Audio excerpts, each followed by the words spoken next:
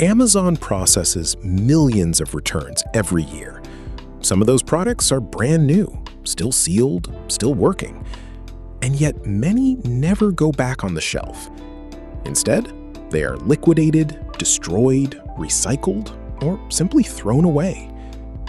At first glance, that sounds completely irrational.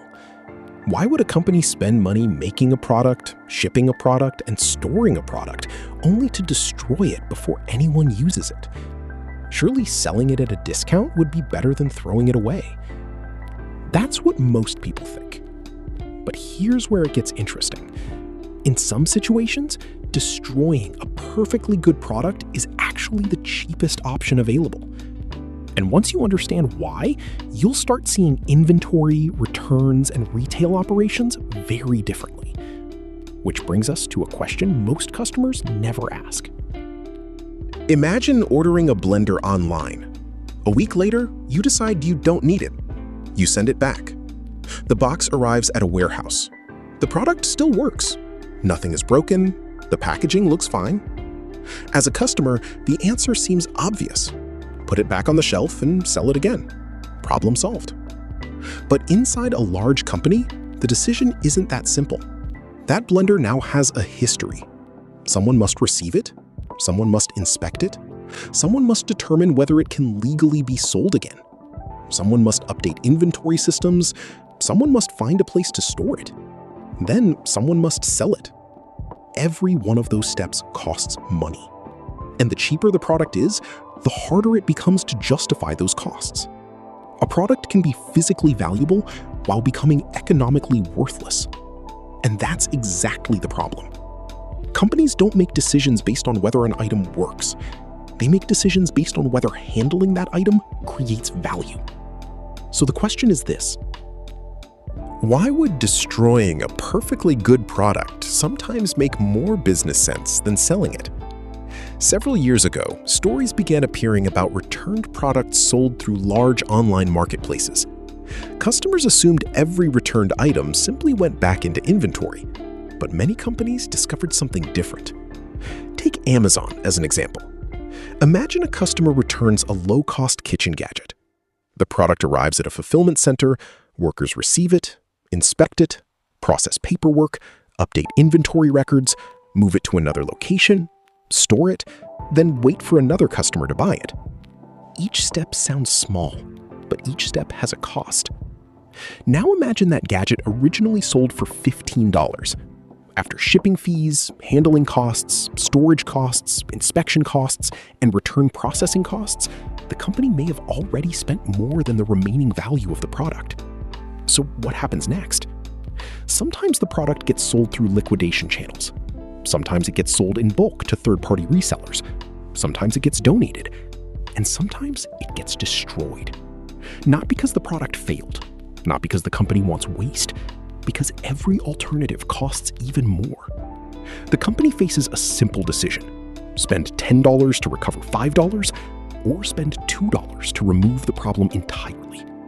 Most customers never see that decision. They only see the product. The company sees the entire chain of costs behind it. And that's where the real explanation begins. Here's what most people get wrong. Companies don't evaluate products based on what they originally cost. They evaluate products based on what they are worth right now. This concept is called recoverable value. Recoverable value simply means the amount of money a company can realistically get back from an item. A product may sell for $50 when new, but after a return, its recoverable value may fall dramatically.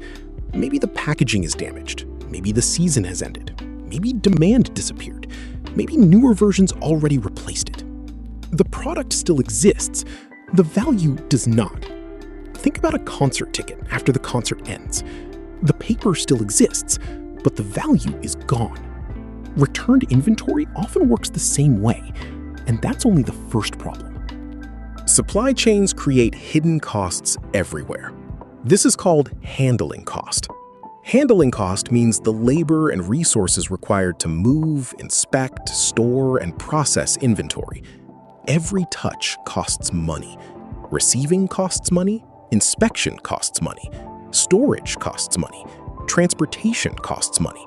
Inventory systems cost money. Warehouse space costs money. Now imagine a $20 product. The company pays $2 to receive it, $3 to inspect it, $4 to move and store it, $3 to reship it, then sells it at a discount for $15. Have you ever bought something on clearance and wondered why the discount was so extreme? Sometimes the company isn't trying to make money anymore. They're trying to stop losing money. In this example, the company spent $12 recovering $15. The apparent profit is much smaller than most people realize. And if any step costs slightly more, the math breaks completely. That's why a product can be perfectly usable and still become a financial liability. A liability is something that costs more to keep than to remove.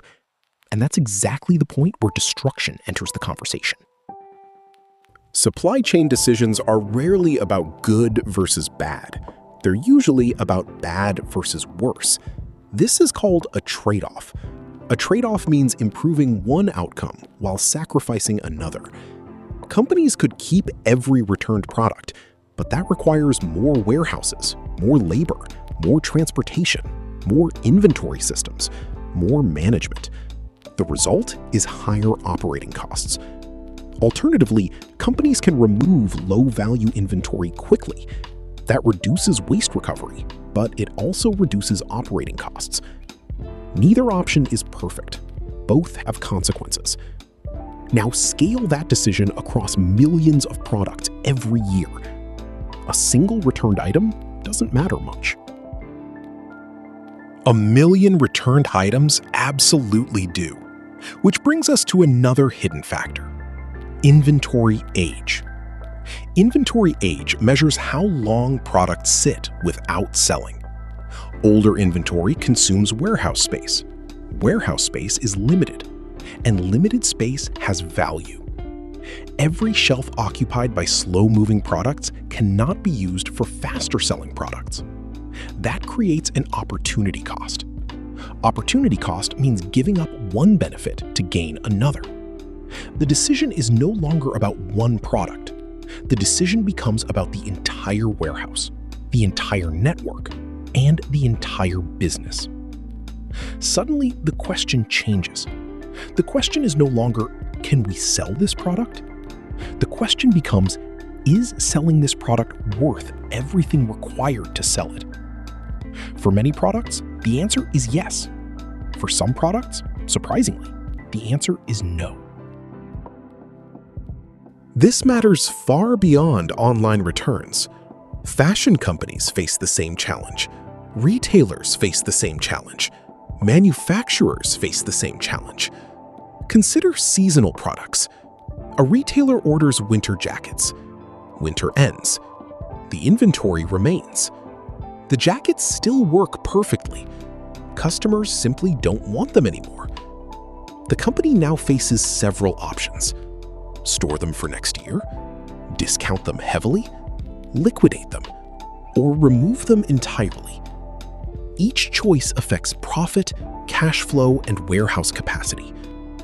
Cash flow means how quickly money moves back into the business.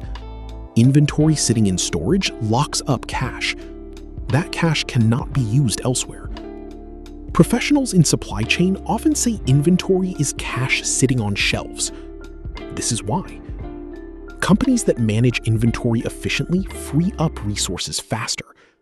Companies that hold unwanted inventory too long create hidden costs. Even customer trust connects to this issue. Businesses that keep warehouses filled with slow-moving products often struggle to keep popular products available. Space consumed by yesterday's products can prevent tomorrow's products from arriving. That's why inventory management isn't about maximizing inventory. It's about maximizing value. The companies that win are not always the companies that keep the most products. They're the companies that make better decisions about which products deserve space, time, and attention. The lesson isn't that companies want to destroy products.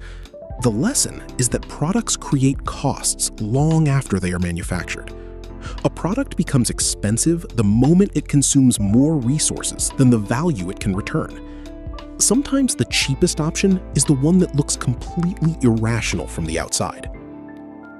If you want to understand why companies end up with too much inventory in the first place, and why forecasting mistakes can cost millions, that's exactly what we'll break down next on the Supply Brief.